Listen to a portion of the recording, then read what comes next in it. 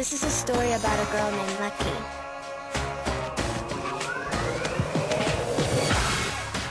In 1993, Britney Spears was picked from 40,000 children to be on the Mickey Mouse TV show. At 11 years old, Britney had become the greatest success in Kentwood's history, and it was commemorated with a special day.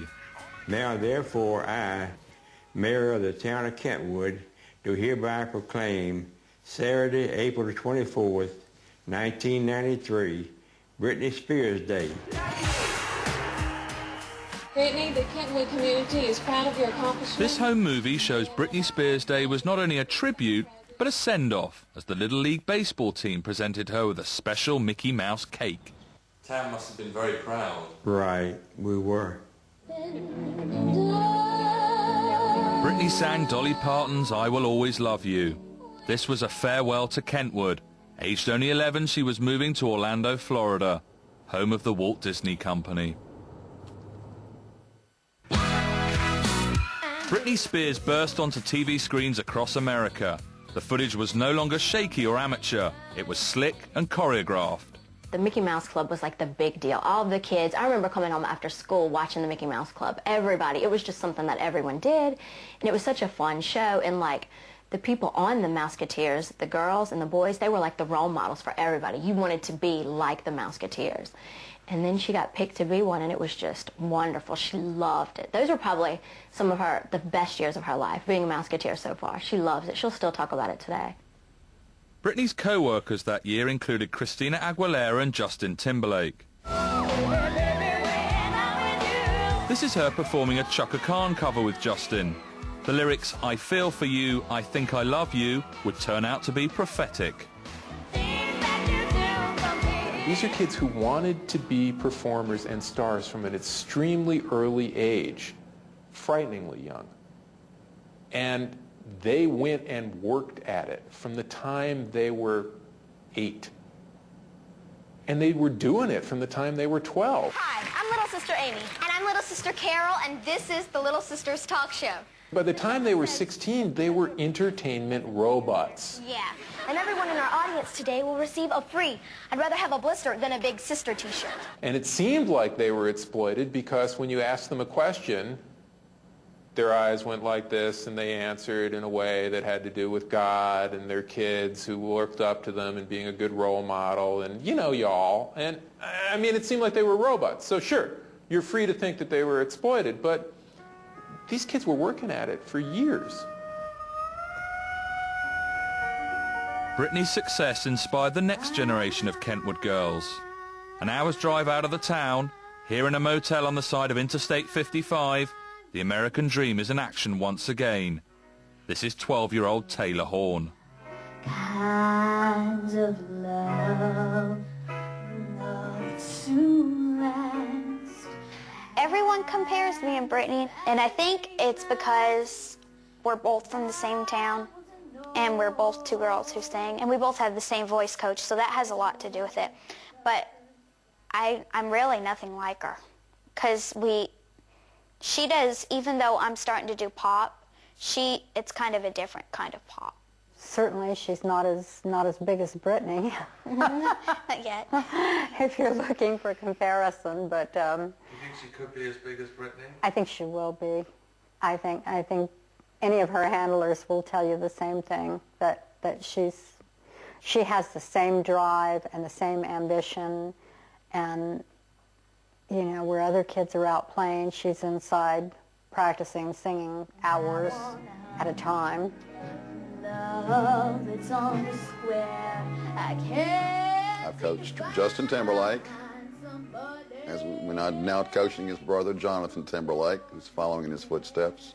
Britney Spears when she was 12, 13. And when Taylor first came in and started taking, the first thing I told Taylor, she looked a lot like Britney when Britney was that age. They're very similar. They're both very driven. They spend a lot of time working in the mirror. They make me work hard because of their desire to sing, and they have the same work ethic, and that's what you need. All right, I'm going to help your muscle. I'll do it with you. Ready, breathe. I don't have too many friends down here. Most of my friends are into business. I was 9 when I started, so I was still in school. I'm homeschooled now. But when I was in school, I had really, really hard time because they were just really mean. A lot of them were really, really mean. But she loves performing. Yeah, I love performing. Performing's the best. It's just always been my dream, I think. I just always wanted to do it. If I wasn't doing my singing and acting, then I really don't know where else I'd be. I'd probably be in a restaurant, do you want fries with that kind of person? Because I have no else where to go, I don't think, except for my singing, my acting. That's my life. I'd spank you, but it'd go on camera. In 1994, 2 years after Britney joined it, the Mickey Mouse Club was cancelled. Britney's dreams were once again shelved, and she had to go back to school. And back to Kentwood. Hush, just stop. There's nothing you can do or say. It was a big blow for the Spears family, who had lost a much-needed regular income. There were times when Kentwood ran out of work, and Britney's dad, Jamie Spears, had to travel to nearby Mississippi just to pay the mortgage. To help fund the rising costs of Britney's singing career, he converted a barn next to their home into a health club called Total Fitness. But it never really took off, and in 1998, Britney's parents eventually filed for bankruptcy. He was a small-town guy who enjoyed being a small-town guy, and with Britney's pursuit of fame, that was taken from him. Lynn wanted that fame. Lynn wanted that ride, and Britney wanted that ride, and the two siblings wanted that ride. Jamie never wanted it, and that eventually led to the breakup of the marriage. But there was always that uneasy thing. I mean, he was supportive, and in fact, you know, the man went into bankruptcy for his daughter, so you got to give him that. But I don't think he never wanted it. Like, you get the sense that if it were up to him, Britney never would have pursued any of it. At the end of 1997, the parish sheriff repossessed the Spears family car and auctioned it off on the courthouse steps for $2,000. Britney's dreams of making it appeared to have evaporated.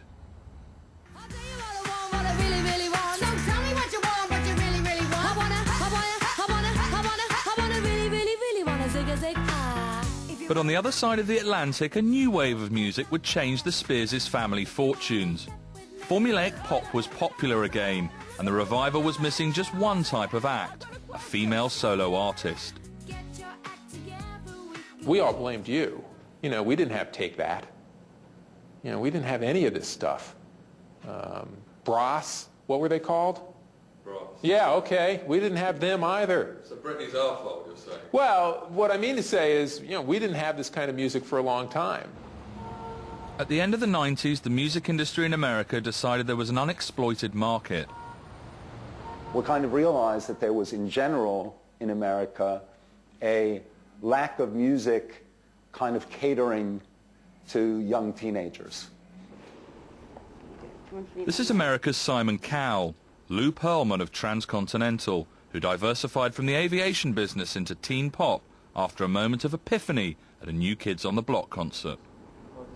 I saw them at the Nassau Coliseum. I saw New Kids, and it was amazing to me. I almost went deaf by hearing all the screaming girls. I thought it was just amazing. I said, it has to be a fluke, that people buying everything from T-shirts to hats to programs and so forth. To me, it was just fascinating. And I looked at it, studied it. I said, my God, this is something I got to get involved with. Lou built the boy bands, the Backstreet Boys and NSYNC with former members of the old Mickey Mouse Club, which he had been watching at close quarters. Mickey Mouse Club was a show that was shot in Orlando. I was based in Orlando. It was just really something easy for me to pick up talent. With that in mind, Justin's mom and I got together and we put a girls group together. And one of them was Britney Spears. But you know, guys can have a fight and in 10 minutes it's all over. Girls can have a fight, it's never over. They have great memories. So as a result, we ended up where our attorney, Larry Rudolph, took Britney to the same record label we had Backstreet on, Jive Records. A tape and a picture suddenly appeared. I heard something in her voice, a commercial appeal and a certain distinctiveness in her voice. And then I saw these pictures that were put in the package. And again, there was something about this all-American girl next door that just registered that maybe this is something, you know, young girls can relate to and young boys can fantasize about.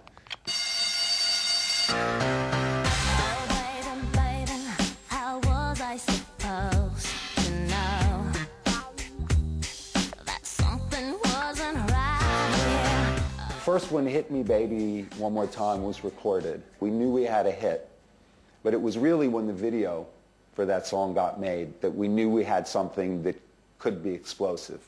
Everybody kind of, when we saw the, you know, even the rough cuts of the video, we all went, this could work.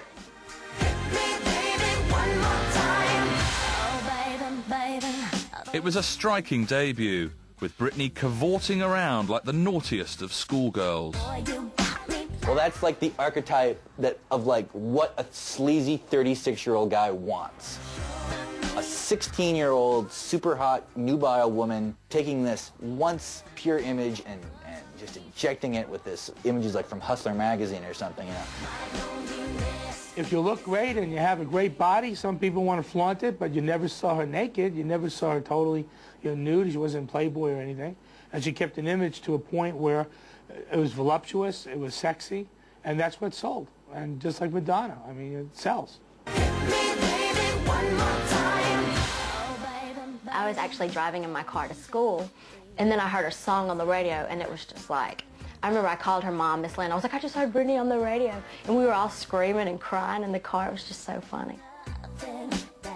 It captured a whole new audience. It captured me for sure, you know. And I remember going to school and actually telling everyone that she had like the most awesome video in the world coming out. So I like the little schoolgirl thing, the little braids with the little pom-poms in her hair thing kind of thing. I thought it was cute. As females grow up, well, they seem to develop things that catch guys' eyes, you know, and she just happened to have it all. That's all I could say. Britney Spears' success was immediate and massive. She broke the record for the youngest artist, aged 17, to have a first single and album debut simultaneously at #1. That difficult second album, Oops, I Did It Again, also debuted at #1 and was the fastest-selling album by a female artist in the history of popular music. Britney Spears is currently worth around $150 million, but unlike other celebrities, she hasn't tried to reinvent herself or hide her roots. Early on in her career, she built her very own Graceland, a $4 million mansion called Serenity on the outskirts of Kentwood. I've been to Britney's house. Couldn't go upstairs. I had a broke ankle. Couldn't climb the stairs. I started up on crutches, and Lynn asked me, please, Kathy, are you sure? I said, Lynn, I can't do it. And came down, but it's gorgeous. The landscaping outside is what is really, the inside's real homey. It's not flashy, Hollywood style inside. It's homey, it's comfortable. I don't know, it looked like Britney. I think that is Britney. That looks like her car, but maybe not. That's a business back there. Maybe that's somebody else. But it was a blonde. Tim Oliver was taking us to see Britney's granddad, June Spears. Grandpa Spears had never given an interview before, but Tim used to work with his wife, and he had arranged for us to meet him. He's very country, stays around home, but I do know also that he's very close to his family, not just Britney and her family, but all of his kids. He has like 10 kids. Mr. Spears. So there's a chance that Britney might be there when we turn up? There's always a chance, yeah. Yeah. Grandpa Spears lives in a wooden house that he built himself. But instead of going in as expected, we sat outside in the car for the next hour, while Tim remained in the house. Obviously things weren't going to plan. Grandpa had apparently changed his mind and didn't now want to meet us.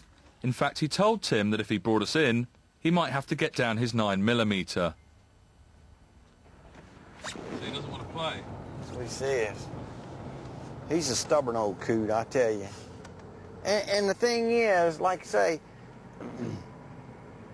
I'm used to doing the covert thing, you know. If it's me, I'd have had the camera mounted in a little hat or whatever, little cap, went in,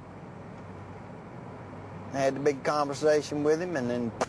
So you're saying this job isn't undercover enough? The Supreme Court... Tim wanted to go back with a camera in my hat. That way we'd get the first interview with Grandpa Spears. But we didn't want to go undercover, and in any case, by now we'd made some of our own friends in Kentwood. This is Michael Jackson, friend and now manager of Britney's first husband, Jason Alexander. A lot of people who suddenly become famous, they try and reinvent themselves. They try and